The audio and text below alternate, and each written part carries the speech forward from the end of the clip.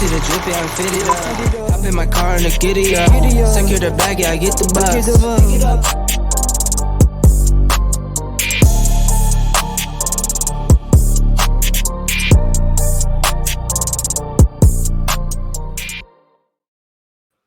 Well, here we are, another edition of Stories Inside the Man Cave, and coming up on episode 75, another member of the Royal Lone Star State football family with crying babies or young kids in the background. He has entered the Man Cave, and the road to Omaha runs through Austin, and this Man Cave as well. Sorry, y'all, I had to go. Let's rock. We're live. It's cool. Wake your ass up. Take a damn nap. And we're the three best friends that anybody could have. It's time. Sean, you were twerking. That's going to happen. Murph, don't be a dick all your life. It's one of the more fun podcasts I've ever done. Hey, I tell you what, if you're not talking about sports in the man cave, I bet not say you not a man. That's it.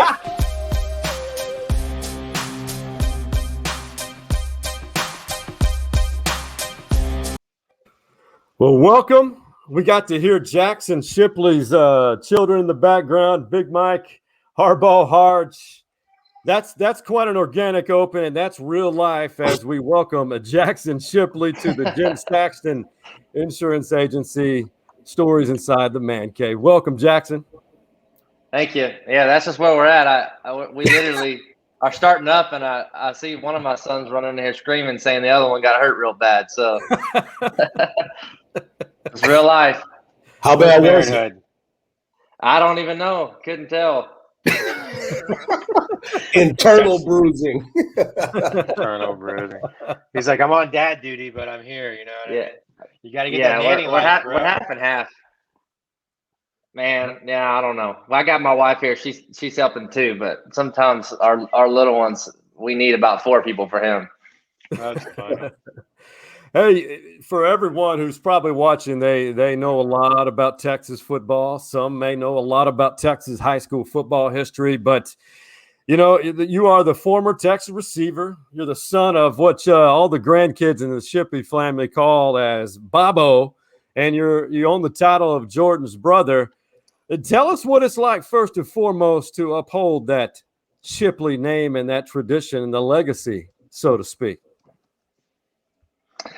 Man, I don't know that it was something that I really thought about much until I got done playing ball, and now I hear people, reference that or ask me about, like, the Shipley name, with Longhorn history and whatnot. And that was just something that it just kind of happened, I remember growing up and watching my brother play football in high school, and we didn't have any ties to UT at all. In fact, all of our family had gone to Abilene Christian, and I'd say 90% of my cousins and everybody went there. So I didn't have any ties to Texas. My brother didn't have any ties to Texas.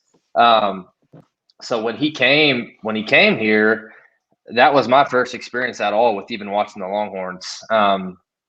And I had, I fell in love with it after watching him play, and then, had an opportunity to obviously, play as well. And then dad gets, brought on up there too. So it just became something that was unforeseen, but kind of just happened organically, and something that is a story that I don't know if you can rewrite it the same way. It's just kind of wild how that all worked out from, us being coaches' kids and, dad being a high school coach, to all of a sudden I look up, 10, 15 years later, and I'm at UT. My brother's already played there, and my dad's sitting in his office about 100 yards from me at UT too. So, it's pretty cool the way that it's all played out. And, I just am probably a bigger fan now than I was even before I ever went to UT. I enjoy the other side of it, and I enjoy being able to watch the program and, sit in the stands and everything. That's fun for my family and I. So I got a question. So you look back at it, we had your father on, and by the way, Coach Shipley is one of the best ever. He's so funny to me, man. He is fun. But my question is, so for you guys in the McCoy family, y'all are all linked together, whether it's on purpose or just the fact that your dads played ball together, and then everybody was talking about Colt and Jordan, they're roommates. So I got to ask you, were you and Case roommates? Was that a family thing, or you decided to do something different? From day one, we were roommates. Yeah, that was something that I remember when I was a senior in high school. Case and I was pretty close with Case already, and then Garrett Gilbert, I was pretty close with him too at the time. And I remember Case texting me when I was in my senior, I guess it would have been my springtime of my senior year or so.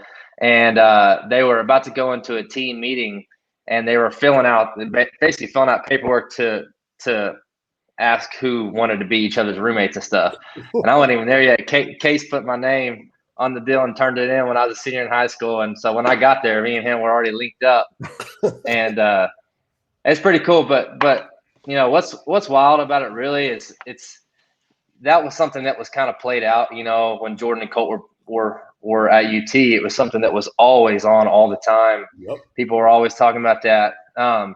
But what's wild and what a lot of people don't know is that actually it goes back further than even that. So our dads were, you know, obviously went to school together and were roommates for a while, but also our grandparents were friends as well, because their granddad, the McCoy's granddad, Daddy Burrell, he was the women's basketball coach there at Abilene Christian. Oh wow! And then my grandmother was also on staff there at ACU at the time. I believe she was actually the track coach at ACU. So our families, and my granddad was like the head. They call it the bean, but it's basically like the lunch, like big dining area and whatnot. So they're tied in from way back, and I remember being about 5 or 6, and Case and I would be, you know, running around at the ACU football games, throwing the ball around and all that, and it's pretty crazy to think about how that all played out and everything. But it's funny to everybody that it's always talked about, but most people don't realize it actually did go back further than what most people realized. Right. I never knew that story. That's amazing. No, I didn't either. Yeah. Speaking of going back, man. Case and I, we're really close. We used to spend time.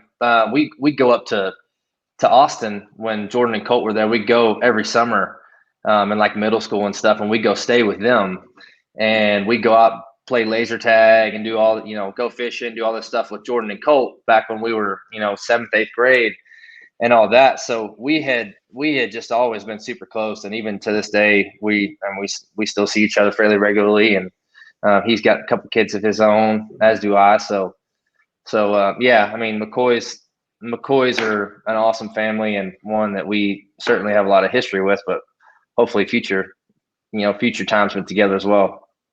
I sure wish I knew someone that was like a good buddy of mine that could connect me with the McCoys, you know, to get them some Texas Longhorn hats. If only I could figure that out. Ain't no shame in my man's game. You got my Jordan.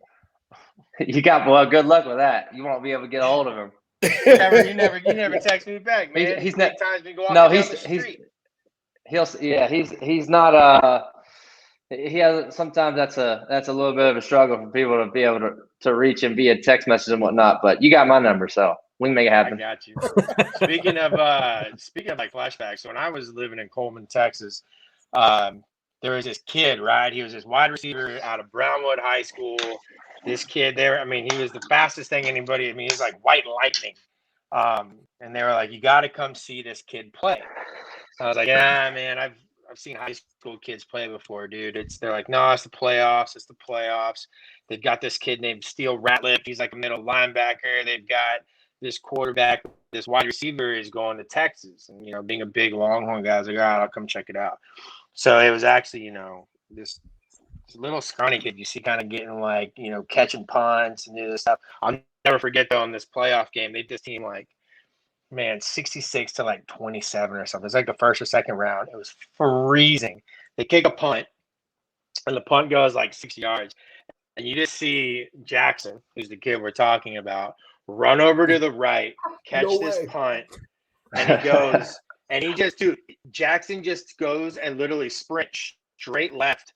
And I mean, like, it was just a dead sprint towards like the fan bases. We were on the visitor side, and I'm not kidding you, on a dime, dude just turns 90 degrees and is gone for a punt return. Fastest high school kid I think I ever saw in my life.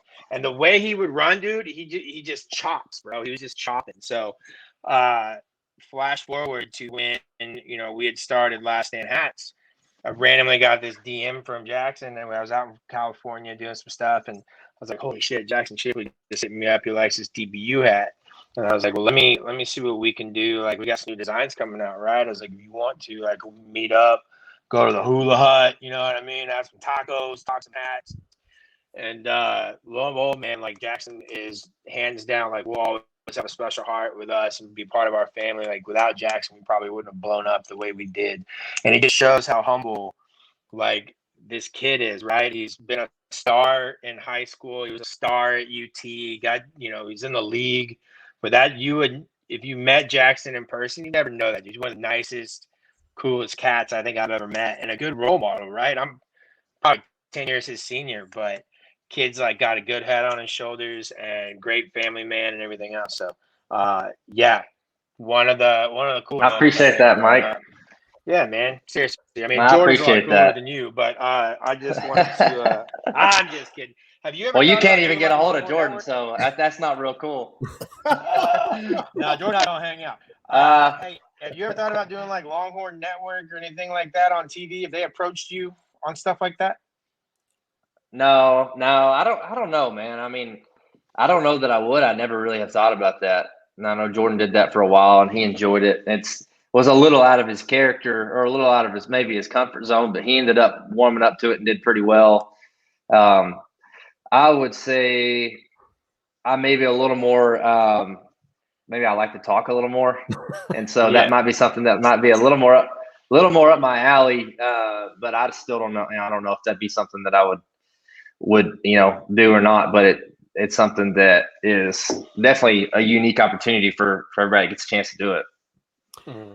Hey, Jaxon, what we do, I know you probably, I hope you did, or had an opportunity to see your dad, the Bob Shipley, here in the man cave. A lot of great stories. And one of the things that we take pride in is we're able to tell more about the individual. I mean, who you are as a person, your wife, Blaze, the sons, Stone and Steiner. And I'll be honest with you, both of you bring the whole family together, and the boys, you guys are a great follow on Instagram. It's comedy, it's real life, and you guys are just real people. Tell us what it's like on a daily basis on how to juggle being obviously a part of Shipley Ranches, being a former Longhorn, being a devoted husband and a father to both Stone and Steiner. And on top of that, you got your camps. Don't forget your camp. Exactly. Yeah. Also Shipley performance stuff, but man, it's a lot of times it's kind of a whirlwind, honestly. Most days during the week, I'm typically out somewhere west of Austin in the hill country doing something on a ranch. So typically my boys are either in preschool or they're with my wife or my mother-in-law. And so that's kind of during the week, I'm pretty busy with that. And I still do some training as well, just with some local kids in Austin, mostly because there's some kids that I've just built some really strong relationships with. And I just I still want to be a constant presence in their life if I can. And it's something that I haven't been able to do as much of that lately, as much of the consistent training. I used to do that full time. And so I would train basically Monday through Saturday, sometimes even Sunday afternoons and stuff, working with kids all over the Austin area. And I have a big passion in doing that there's multiple reasons, but a lot of that for me is just more of a discipleship type role, mentorship type role that that's the main, kind of motivating factor for me to do that. But I do love teaching kids the receiver position and teaching them, techniques and things that they can take with them to, improve their game. But so I don't have quite as much bandwidth to be able to do as much of that, but I still do it as often as I can. Right. And then just from a from a human being standpoint, just being a dad, being a husband. Mike knows this now, firsthand. When you add a kid into the mix, things change a bit. Priorities change a bit. The hustle and bustle looks a little bit different than it did before the kids got there. You still make it work, but now you may have to do what I did when we started this podcast. You got something important, but then you got to run out real quick to make sure the kids are okay. So that's just part of it. And there's just sometimes there's not much you can do. The reality is, I think for all of us, and for me, what I try to do is I try to always look at, big picture first and priorities first, and try to just realize that in my life, my faith is the number one thing for me. So trying to make sure that that's something that is the focal point for me, and then everything branches off of that into being a father, being a husband, and then being a businessman as well. But I would say for me, it's trying to kind of juggle all those things at one time is a lot. I can definitely get a little better at time management on some of that stuff. But what I typically do is I start the day super early, way before the kids get up, and that way I can get done as much as I need to get done, all the busy work before the kids get up, and so I can spend a little time with them before I head out. So back, I don't know why you said you got up early. I randomly thought of this. So back when you were doing these like every day, you were given like, on a whiteboard, you would give out like stuff for these kids to do, right? One of them was take a cold shower every single day, right? And I was like, well, that's pretty smart, because it makes you alert, this and that. The other thing that I remember is you drink warm water. Don't drink ice cold water, because your body has to adapt to it. Where you're drinking warm water, it automatically just absorbs into you. Two things that stuck with me on those. I can't do the cold showers, dude. I try. That's the thing you need to be doing. Annoying. That's it's the worst. That's the one exactly. I've watched documentaries on it. I'm like, all right, I'll try it, but hot showers, man. I'm like, are you taking cold showers in December and January? During snowbid, were you taking cold showers, or did you Well, my shower wasn't working at that time. My shower wasn't working at that time, but I try to take a cold shower every day, every morning, because it was one of these things. There was a challenge. There's this guy named Wim Hof, and I don't necessarily. Nice, that's what I'm talking about. Agree. Yeah, some of the stuff is a little out there. I'm not totally with him on everything, but he had this challenge one time that was take a cold shower for 30 days, and basically there were some benefits to it, and see how you feel. And I had heard some of the people, trusted people, that had recommended doing that. So I was like, I don't know about this, but I'll try it. And so I did. I did 3 or 4 days. Absolutely hated it, but also loved it at the same time, because obviously it wakes you up. And that's kind of the main thing is as cold as you can get it, you just got to endure it. And, it really makes you more alert, but it also at the same time, there's something about doing something that you don't want to do at the beginning of the day that kind of sets you up, or sets me up for all right, well, I've already done something hard today. I'm ready to roll. No. And so that's just kind of, that's my approach to it. That's my approach to it. And I've just stuck with it because it's shown a lot of benefits for me. So I'll still do it. How cold are we? Are we talking you're barely on cold, or is it it's a hot day? I go as cold as I can. Woo. No, I go as cold as I can. But really, if I could get one, they do these things called a cold plunge, and you can get they have these things. Basically, it's cold water that's near freezing. If I could, I would do that. I wouldn't do it for as long, but the colder the better. Usually, it's just when you get in a shower that's if it's 20 degrees outside and you get in the shower and turn as cold as you can, you put it straight on your head. That's hurt. It physically hurts really bad. So I don't usually do it on my head too much if it's like that. But typically I try to do it as cold as I can, because the colder it is, the more of a response my body gets. Were you able to convince your wife on this as well, or did she tell you to screw off? We're getting there. It's been on and off. I'm on her all the time about it. I'm on her all the time about it. It's like most people, it's like, it sounds good. And then you step in there one time and you're like, nah, I'll do it tomorrow. Change your mind. Yeah, And then you don't do it. So I'll do it tomorrow. it's one of those things. It sucks, but I'm telling you, man, it's been actually a big piece of me, like just every day, because it helps me. If I'm tired when I wake up, I hop in a cold shower, and even if it's early, like I'm ready to go. When I wasn't before I hopped in the shower. So yeah, that's cool. Anyways. You're bold, man. You're bold. That's cool. He is bold. I don't know about bold. I might be an idiot. I don't know. It works for me. Hey, Jaxon, it's time for the highlight of segment 1 for everybody. Your dad had a really, really memorable Jim Saxon State Farm Insurance Agency man cave story. A lot of people, if they look back at statistics, you're one of 3 in UT football history with 350 receiving yards or reception seasons. Is there a man cave story that you have that's relative to all that, or would you want to go dive deeper into the Shipley, McCoy, or Harge?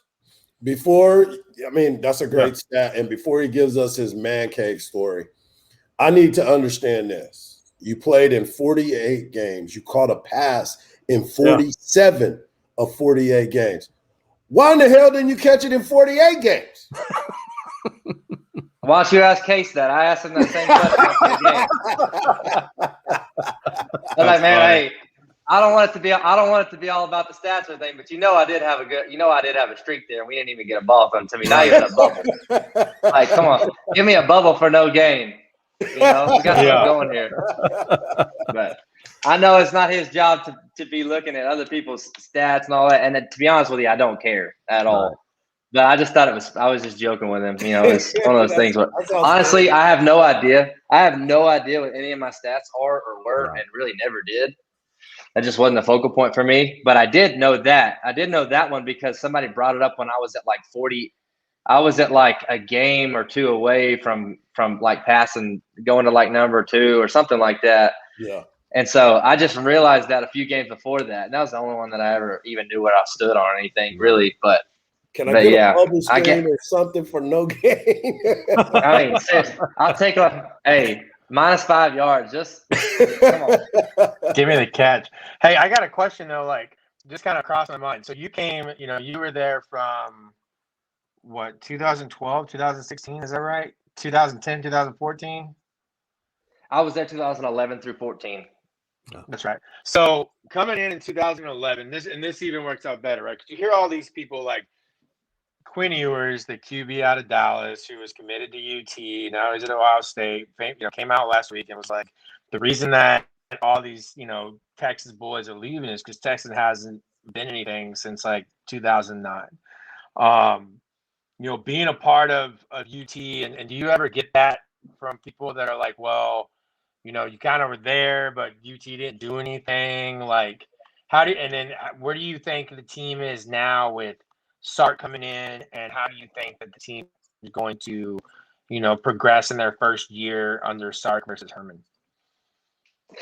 Yeah, I get a lot of questions about just, the time period that I was there. And then I hear a ton about just like the last decade, and we haven't been any good for the last decade. We haven't done this or that, whatever. And to be honest with you, I mean, I agree in a lot of ways. I think all of us want Texas to get back to a consistent 10-win season. And that's just a standard that has been set a long time ago. And that's kind of what comes with being a top tier program. How long are you considered a top tier program if you're not in the top 10, for years after year after year. And so I think it's, I am with a lot of people, and I see that side. I mean, certainly winning is not easy, and it's a lot harder when you have, 3 or 4 coaches in a 10-year span, to try to establish a culture and just try to establish, just a winning tradition again. I think that there are probably a lot of reasons that we probably can't necessarily pinpoint a specific one as to why we haven't, gone to a national championship again, or haven't even been, in the hunt for that in a long time. I mean, honestly, if I were a recruit right now, I try to be as non-biased as possible. Like obviously I love UT, and if I had to, right now, if I had to go somewhere, I mean, I think I still go there, mostly because I want to represent my home state, and that's just really important to me. And to be able to be from Texas, born and raised here, and to be able to say that I represent the state of Texas, the University of Texas, that's it for me. And that's a big piece of it. And I don't know that that's necessarily in the DNA of some of the kids right now that live in Texas. And I think some of that's not really their fault either. I think there's so much out there with social media, and there's just a lot of storylines that get passed to these kids that they're watching. And I think, play a big part in, who they decide to, go play college football for. So I mean, I understand like where Quinn is coming from on all that. I mean, right now, when you look at it, there are a few teams that are, consistent every single year: Alabama, Clemson, Ohio State. Like those are three teams that you can't argue with the success that they've had. But you also can't argue with, the history of the University of Texas and the fact that we could be there any year. That's the thing about UT is like to say, well, we haven't won in this long. Yeah, that may be true. But at the same time, we always have the talent every year to be able to do that. And so that's something I would tell these kids is like, man, you never know. Like if you get the right culture in there, we've got the athletes to get it done. And you may go 1 year and win 8 games. The next year you might win the national championship. And I think for being a fan now, I look at it from that perspective of like Coach Sark is doing a great job with recruiting. Some of it is the odds are stacked against him coming in, off of a decade of, I would say subpar play for UT standards, but he brings a lot of excitement. And I'm very optimistic about him because of what he's shown, prior to being here. I think a lot of kids, one of the best things that could have happened was him playing a national championship, absolutely balling out and showing some things that he did like schematically, where it wasn't just the players were just unreal. It was like you could tell in the national championship game that he was mixing people up, putting them in the right spot. His schemes, his route concepts and everything were next level. I mean, and I think the thought for me, if I'm a recruit right now and I already have Texas on my list, is like, man, if I'm a receiver, if I'm a QB, I just watched that. He is literally on the cutting edge of offensive play right now in the passing game. And also getting his running backs out of the backfield too, and doing some really creative things with them. I'm like, man, I'm gonna give this guy a shot. This is already one of the top tier programs in the nation, and this guy on the biggest stage of college football is consistently getting it done, and just hashing up the top defenses in the nation. And he's got a young, energetic excitement about him. He's very optimistic. And one of the things my dad has said about him that he saw is he's just very genuine, and he is who he is. And he's been very open about some of his flaws in the past. And I think that's really good to have someone that when they open their mouth, you can believe and trust what they say. All right, Jaxon, as we wrap up for your segment 1, and we're so grateful you were able to make time for us today. But let's dive deep into the Shipley family man cave stories. If there's one on cue that you may have, you want to share with the masses. Well, I've got one. I want to tell. It's post college. It's in the NFL, and it's just a story that I think a lot of people will like because it was just really neat to see this. So. And I'll try to keep this as concise as I can, but when I was in fifth or sixth grade, I did something called a vision board, and it was basically a what do you call it? Where you can a cork board kind of where you can put a tack, and that's back when we printed stuff off on the printer. So what I did was I had goals and kind of visions and goals and things I wanted to do, people I wanted to aspire to be like, that type of deal. Print off their page, and I would pin it on the board, and I'd have it sitting in a place so where every day when I walked into my room, it was just there. Even if I didn't actively look at it, it was like I passed by it every day. So subconsciously I was like seeing that. And it was like a subconscious reminder of like where I wanted to go, you know, like a reminder of where I wanted to be. And this was like middle school when this was happening. I had a picture on there that was of Larry Fitzgerald, and it was, you know, in there. And so anyways, I ended up going to play for Arizona Cardinals, and it was just it was wild to see, you know, and I'd forgotten about that actually at that time, like that I had this picture of Larry Fitzgerald, like he was one of the people that I aspired to be like, and aspired to do what he did. I had it pinned up there. So, you know, I go and play, you know, for the Cardinals, and in my mind, I'm kind of like, hey, you know, I felt like I should have been drafted. I wasn't, which was fine. I was happy to have an opportunity at that point. But I kind of thought like, hey, this guy's, you know, one of the best of all time. He's probably doesn't have the time of day to, you know, to talk to new guys coming in, especially guys that were undrafted, you know. And so anyways, first day that I was there, he came up, shook my hand, and was like, hey, man, I'm Fitz. Let me know if you ever need anything. So I was like, man, that was really cool. You know, and I had family members that were asking me about him and stuff. And I was like, well, I just met him. He was really nice, this and that. Well, so fast forward, like I'm in Arizona the remainder of that season and then into the next season too, a little bit. But we had this at the end of our at the end of the preseason, we had some guys that had not even, you know, officially made the team yet, including me. And we got a text message, all the receivers did from Fitzgerald telling us to go meet in this certain room in the hotel. This is the day before one of our preseason games. So we did, and we get in there, and like there's these we're all getting custom fitted for a brand new like suit, you know, and we're like, oh man, this is unbelievable. So we got fitted for whatever we wanted, all that, all on his dime. And what's crazy is the next day, like 3 or 4 of these guys out of about 12 of us, like they got cut. They weren't even on the team, you know, and knowing that, like he knew that was probably going to happen, but it was still a really cool gesture. So that happened. Later on in the season, like I had gotten to the point where I was playing a lot of golf with the receivers on the team. That's just kind of what we did for fun. And so at the time, I only had a driver, a hybrid, a pitching wedge, and a putter, because all my other clubs. Well, when you hit 400-yard bombs, that's all you need, Shipley. You're just sitting back there. I guess. All right, like Phil Mickelson. That sounds good. That just wasn't the reality for me. But anyway, so I played with him, and I ended up beating him a few times. Like we start playing for a little bit of money, and I'm having to give him strokes and this and that, and I keep beating him, and I wasn't great. I mean, I was okay. And so anyways, he keeps giving me a hard time about my clubs and all that. Well, we had a white Christmas thing, you know, at the end of the year where, you know, you basically drew someone's name out of a hat. And so I drew one of my buddies' names, Britton Golden, that played at West Texas A&M. He and I were good buddies. And anyway, since we all played golf, I got him like a Garmin GPS golf watch and whatnot. Well, the day before a game, and I was on the practice squad that year. So the day before the game, I think we're playing the Vikings or something. I get a text message that night. And it's like, hey, are you available tomorrow in the morning? I'm like, yeah.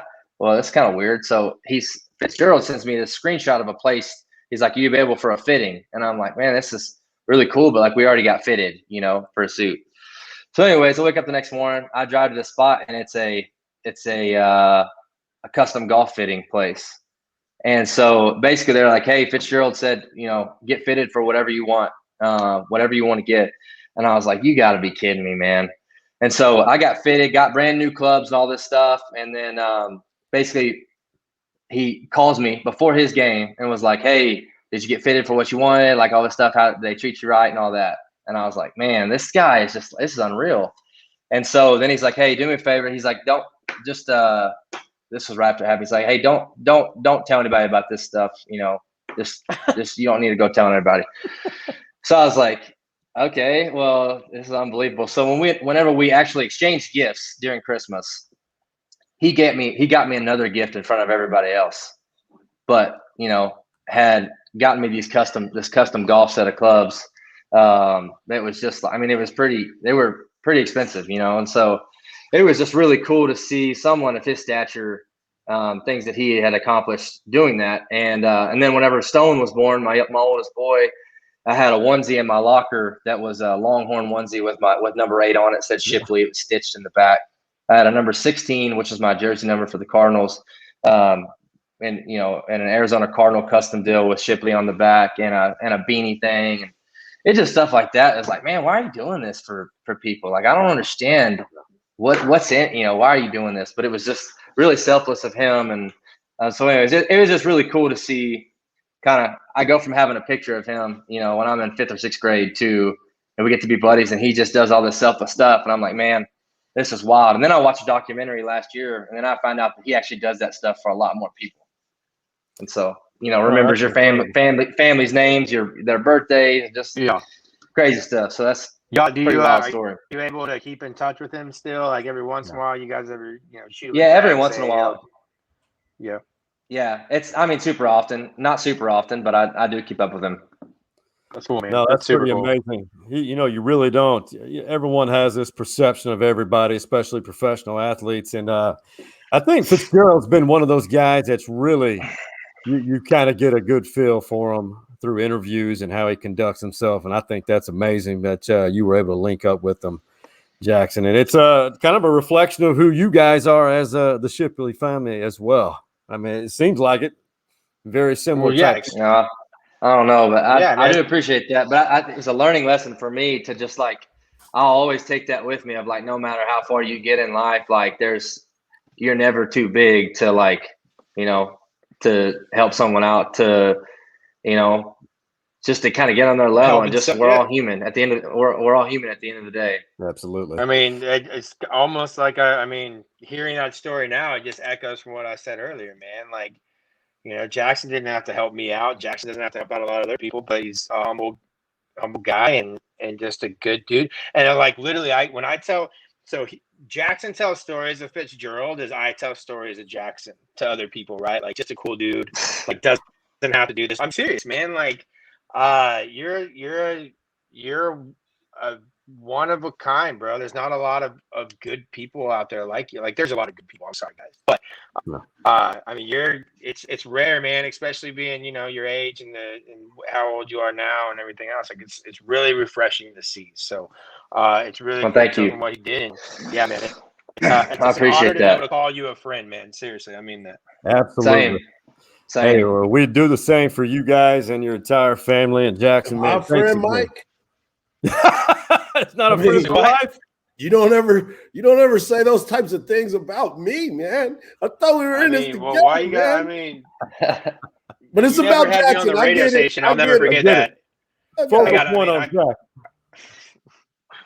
Hey guys, Jaxon, we appreciate you. Tell your family hello, and when hopefully we can all get together and tell more of these man cave type stories in person, man, and say hello to your family for us. Yes, sir. Will do. Hey, guys, we will wrap things up with segment 2. The road to Omaha runs through the ATX, and prime time provides some humor. That's on the other side of this break.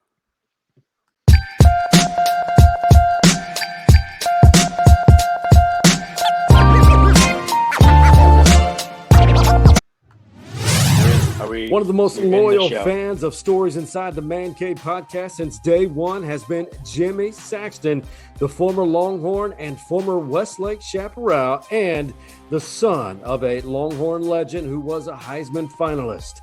He is also our primary sponsor for all of your insurance need. Log on to saxtoninsurance.com or give him a call at 512-441-1082. Again, that phone number, 512-441-1082. Jimmy Saxton, an Austin original, and has been insuring Austin for nearly 3 decades. Before his final deployment to Iraq, Travis Manion left everyone with a simple but powerful ethos. If not me, then who? It describes a sense of duty felt by service members and their families. Today, it is a constant reminder for all of us to live with character and put the interests of others before our own. To learn more about this foundation and how to get involved, log on to TravisManion, MANION.org.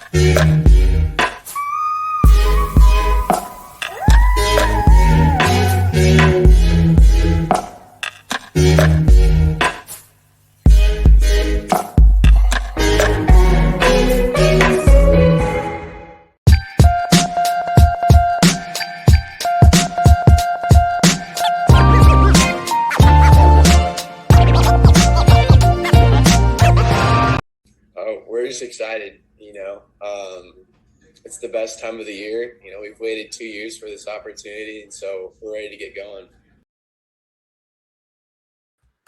Welcome back. Segment 2, episode 75. That was Tristan Stevenson, the Texas Longhorns pitchers, guys. And that is, you talk about excitement. First time in 2 years, mainly for COVID. It all starts now with the regionals as the number 2 overall seed. Your thoughts, Big Mike? You want to hear some bullshit? Yeah. The NCAA is not going to allow Smokey to be inside the stadium, so the Silver Spurs are going to put it out in left field outside the fence and still blow the cannon. Is that right? Fire the damn cannon! Fire the damn cannon! Yeah. So it's going to be good, man. We're going to be out there. We'll have some hats, hanging out, whole 9 yards. I won't be there. Like I said, I'll be in a golf tournament. So really hoping we can win a couple games, make it to the Super Regional, and then it will be a fun party. Are you guys going out there? I'm excited about it too, because of the fact that, as Sean just said, we didn't get a chance to see what they could do last year, because that was a solid team last year. They were trending in the right direction, and the season got cut short. And then they've had a lot of ups and less downs this season, but just the fact that they got a chance to now put everything in motion to get that opportunity to get ready to try to get the Super Regional. If they can win the regional, get the Super Regional, and then get a chance to go to Omaha. That's what it's all about. This team has worked their butts off. The change with Tristan Stevens, who is a guy that can bounce back if need be. If this game, kind of gets out of hand tomorrow or, today when we show this episode. But when this happens, you can sit there and you can say, all right, what if Monday? What if this has to happen? Well, the rumor is it's going to be tie tomorrow and then tie Monday if that happens. It's not going to be Tristan on Friday. You don't It's going think? to be tie. No, I already know. It's going to be tie, and it's supposed to be tie. Wait. You're saying what now? Ty Madden's supposed to go on Friday. Negative. No. David Pierce made the announcement that Tristan Stevens is getting the start. That would shock me. Not what is being told behind the scenes, sir. Sorry. Why I know you were there. Why would David do that? I don't know, man, but I just know behind the scenes you're saying it's Ty. But wow. maybe they've changed it. But all I know is as of earlier today, behind the scenes, they were saying it was Ty, and he was going to pitch maybe hopefully only four innings, get a bunch of runs and pull him, so that way he could pitch Monday if he had to. But maybe they switched it. Maybe you're right, Mike. Maybe I'm wrong. But all I know is behind the scenes they're saying it's supposed to be Ty. That would honestly, I don't have any knowledge of it, but it would really shock me if Tristan doesn't pitch in Game 1 against Southern. But it could happen. Is to keep the flow of the rotation. How do you feel about the 1 o'clock time slot? Hate it. I've never seen that for a host and the number 1 seed in a region to not host in the evening in the matinee, or not matinee, in the primetime slot. I've never seen that. Well, Texas Tech is playing at 11 a.m. as well, and they're 8 seed. Yeah, it's kind of crazy for all that to be happening that way. I'm so over the NCAA. I'm so over them. I am too, but I think this is more maybe television influenced on TV slots. I mean, that's the only thing I can think of for those time frames. Well, some news came out from New Haven today that the catcher for Fairfield, the player of the year in their conference, got hit in the face with a pitch and broke his jaw. So he's not what it was. Yeah, he got hit in the face with a pitch and broke his jaw, and now he's not going to be able to play. And not only is he a team captain, he's the catcher as well. And so that's going to be put a huge void into what Fairfield was thinking that they might have an opportunity to do when they come down. Obviously, baseball is baseball. You still got to go out there and play the game. But a player of the year type of guy, a team captain, and, I saw a story where he had 12 RBIs this season with 2 outs. Yeah. So he's a clutch hitter at the plate. He was batting .414. So It's crazy, dude. that's kind of crappy that happened because they've been if you're on the team, Mike, if you're on the team, yep. and you're not the pitcher that did it, how are you as a teammate knowing that's the best player on your team? How pissed off are you at that pitch, even if it was an accident? Right. How pissed off are you that we're like, what the fuck? Right. That's exactly right. But then you also got to look at it this way too. What is the rallying cry for that team now? Right. Like, is this one of those, like we were talking about LSU before? LSU, their head coach announces he's retiring at the end of the season. They get shipped out west. Are they the sentimental favorite? Are they going to play hard? I mean, there's so many different things that will be able to go into this conversation.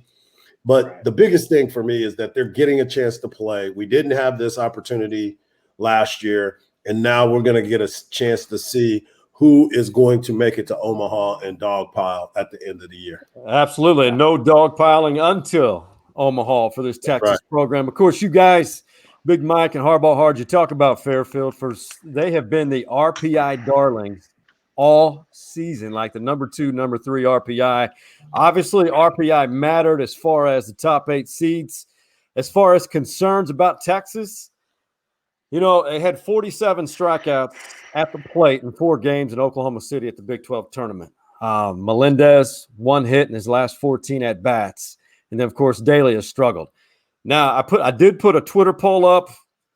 36% said, hey, it's all good. That's baseball. I mean, it's a streaky sport. Does that concern you guys at all with the strikeouts piling up all of a sudden? Because they did face good pitching in OKC. Let me ask Mike this. Hey, man, on top of that, answer that because it worries me. But how do they, knowing, what do you think the mentality was after not winning the Big 12, winning the Big 12 in the regular season, not winning the Big 12 in the tournament, getting knocked out? The 2 games they probably should have won, right? Do you think they were just, it's already ours in the bag, we already won? Or do you think the mentality is like, man, we kind of laid a goose egg, that's not going to happen again? Well, I think to embody all of that, I think you're right. I mean, you want to win championships, and no matter if it's the regular season, the Big 12 tournament, the regional, super regional, and obviously Omaha. So, yeah, I think there was some disappointment in the fact that they did lose that game. I think they went back to the drawing board. I honestly have zero. At first, I was pissed because they didn't hit the ball. They didn't put the ball in play. But as I went back and I started thinking about it, I think it has zero bearing. And this is why. The pitching that they're about to see is not going to be as good as what they saw at Big 12, the Big 12 tournament. It's not going to be what they saw in Arlington at the beginning of the year. And people keep wanting to say they don't keep talking about that. Well, they do have to keep talking about it because that's where the humility comes in, right? There's, as high as you get, when you face top of the line pitching, it makes a difference. Are they going to see the top hard throwers that you're going to probably see next round? I'm already saying that Texas wins the regional, okay? That's just my personal preference. It's not being a homer. It's going back and looking at how everybody matches up. Right. The next round, whoever comes out of that Gainesville region, they're going to have top-of-the-line pitching. And that is going to be the difference for me with the University of Texas. Texas has top pitching, but it's the execution of the bunting.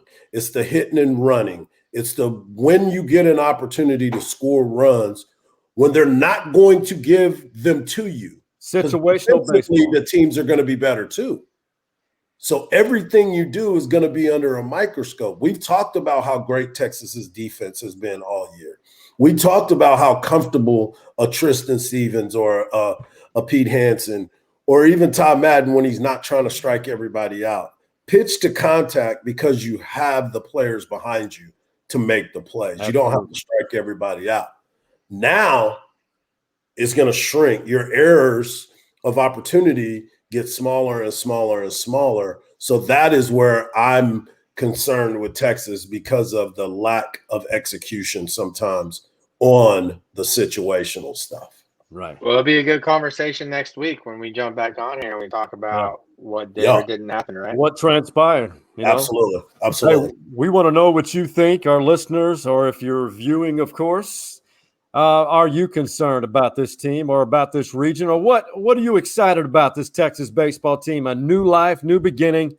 It'll be the third step in the possible 5 championships. 60% of those who voted on Twitter said they're concerned to some degree. As far as where you can talk to us, check out one of these sites right here.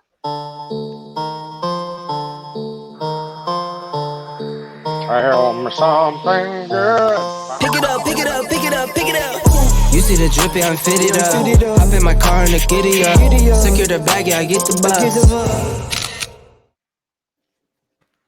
A little dramatic there, but as we transition now from baseball to Texas football, I know this sounds elementary, guys, but what, in your opinion, is the toughest game on the Texas football schedule in 2021?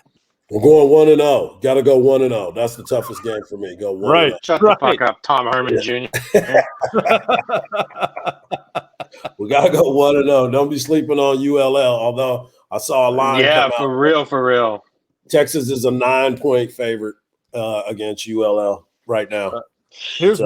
I'm with you guys 100%. ULL and they'll correct you. They want to be called the University of Louisiana. They're ranked the most experienced roster in FBS. I think this is going to be a much closer game. I don't think people need to get on board and say, hey, Texas is ready. They got Sark. It's going to change overnight. There's going to be significant adjustments for this team. Meanwhile, Louisiana, the Raging Cajuns, experienced and their systems in place. It's going to be a tough night. And correct me if I'm wrong, isn't that an early afternoon kickoff here in Austin? 6 p.m. I think it's a 6 p.m. kickoff. Okay. But it's going to be hot. I don't know. Actually, it's 3:30. 3:30. Sorry. Okay. Yeah. Okay. That's okay. That's even better, man. Because think about it this way: for tailgating purposes, you get out there about 8 or 9. You're not drinking all day. You get to go into the game at 3. You're home by 6:37. You're relaxed. You're in bed. You're feeling good for the night game. Like, hopefully, it's a good win. Let's be positive, but it is going to be fucking hot, boys. Yeah. It is going to be brutal. That sun, you're not going to, oh my gosh. So we're trying to get season tickets. We are getting season tickets, but we're trying to get in section 19, which is like lower level in the corner. West right? side, yeah, so you can hide. I know who you're at. So I want to be in that section because it's like, you're in the corner, dude. It's a great view of the entire field. Yep, you're in and out, like So, and then we're also I think we're gonna have tickets on like the 20-yard line or something like that. We're getting 2 different sections, but those are someone already has tickets. But yeah, I will be there. It'll be fun. I think obviously Oklahoma is number 1. Yeah, you got to beat Oklahoma if you're Sark, right? And Iowa State. Right. They're good. Right, but here's the deal, right? Like, people don't give a fuck about Iowa State. It's like Mac Brown. Mac Brown was judged even 10-win seasons if he beat Oklahoma, which only happened like 2 or 3 times. So, I mean, you gotta be, if he beats Oklahoma and we only win 9 games, that's still gonna be considered a win, right? And then also, dude, like, you threw me off with Iowa State. I was gonna say something else, but yeah, definitely Oklahoma, Arkansas. I think it's gonna be tough. Yeah. Yeah, man, we'll see. That's going to be a tough one. There's a good chance that I may be heading up there, but one deterrent: airlines, $400 round trip to Northwest Arkansas Regional Airport. Absolutely, you make bank, dude. You're the number 1 sales rep in the Southern Houston region for birth control. What are you complaining about? Big money. Make it big money. I am not Mike Murphy yet in the bankroll, baby. Maybe you quit spending money on all those Tinder time girls, and you have a little extra money to fly around. I think it's Tinder time. Not yet, man. Time with Sean. No, it's Hey, time, man. Look at this. control this. We're talking right now. Shut up. No, Tender time. shut your mouth. What's up with Tender Time? How are we doing here? Flatline, How's baby. day in life for Sean? Flatline. It's a flat Zero. line again. Zero. I ran into somebody, bro, who we're making hats for, who knew you during some of your other Tender times and was like, man, if that guy could, we could just find him love, so he's not always heartbroken every time. I was like, man, that sounds exactly right, like Sean. He's a lovable guy, ladies or guys, whoever. Like, he's a lovable dude. He's a lovable dude who just wants to love you and be loved back. Also, Hey, we got happy birthday to Mama C. Saw that Mama C's birthday was yesterday, so happy birthday to Mama C. We riff Sean a lot on this podcast. He's a great dude, and honestly, like maybe you can borrow some tickets and take a date to a game. Hey, my date will be Brian May. Hey, let's get some popcorn there, buddy. Hey, I'm not sure if you guys saw this, but this is one of the funniest moments on Instagram, not history, but a couple of former Cowboy legends. Here we go, Dion just clowning Nate Newton. I'm sitting here with my dear friend, Nate Newton. No, don't say dear friend when you finna sell me out. No. I'm not going to sell him out. I just jumped in the truck with my boy. You know, we sitting in the country just talking. And I'm just saying, first of all, I ain't never seen a hog with a lollipop. That's number one. That's number one. Number two is when you see a big man with food condiments, he ready to eat. At all. You just riding around with ketchup. How be a dear friend getting sold out? I mean, how you just riding around with ketchup? You act like somebody just gonna pass by you and throw a burger. They just gonna pass by you and slang a burger. That's right. That's good stuff, man. Now, hey, I think we're all guilty of having had food condiments at the ready, at or near our console. Am I the only one that's done that? Yes, I don't walk around with food. What are you talking about, dude? Yeah, I don't have food condiments in my car, dog. I didn't say in the open. Sean was like, no, dude. Sean's like, he's like bonding over this. He's like, I did all that. See, Sean, now 10 times all fucked up. We just keep talking, and everybody knows you're. God damn it, ladies. I'm so sorry. Fuck.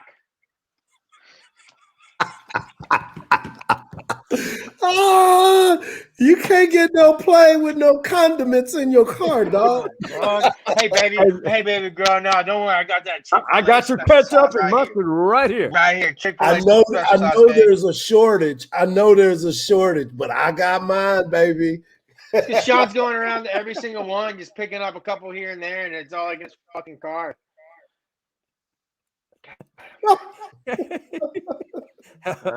Let's keep rolling. Hey, man, tell me something good. Cool. All right, this has been good, fellas. Yeah, that's Hardball Harge's son, in case you were not aware. A little dramatic. We love to be dramatic here. Who wants to go first? I'll go first real quick. I want to tell y'all something good. My baby girl turns 5 years old today. I became a girl dad 5 years ago today. And let me just tell you, she is the apple of my eye, the joy of my heart. And I am truly blessed to have Jasmine Sky Harge in my life. Happy birthday, princess. Beautiful. Happy birthday, Happy Jasmine. birthday.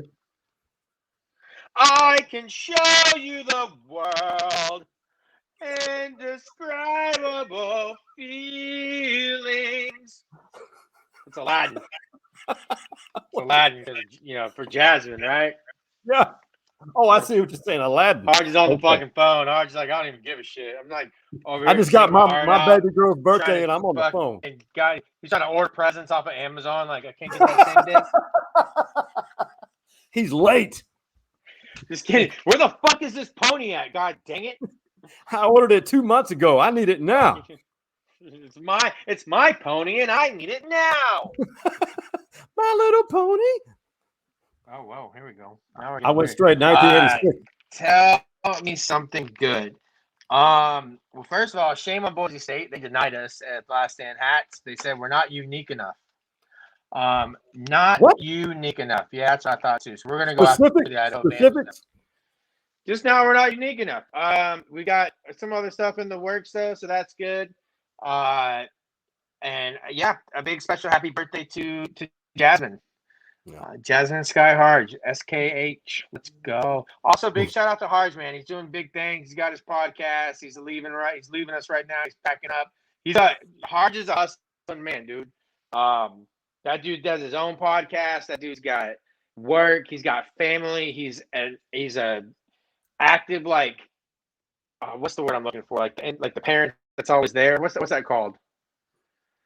A dad.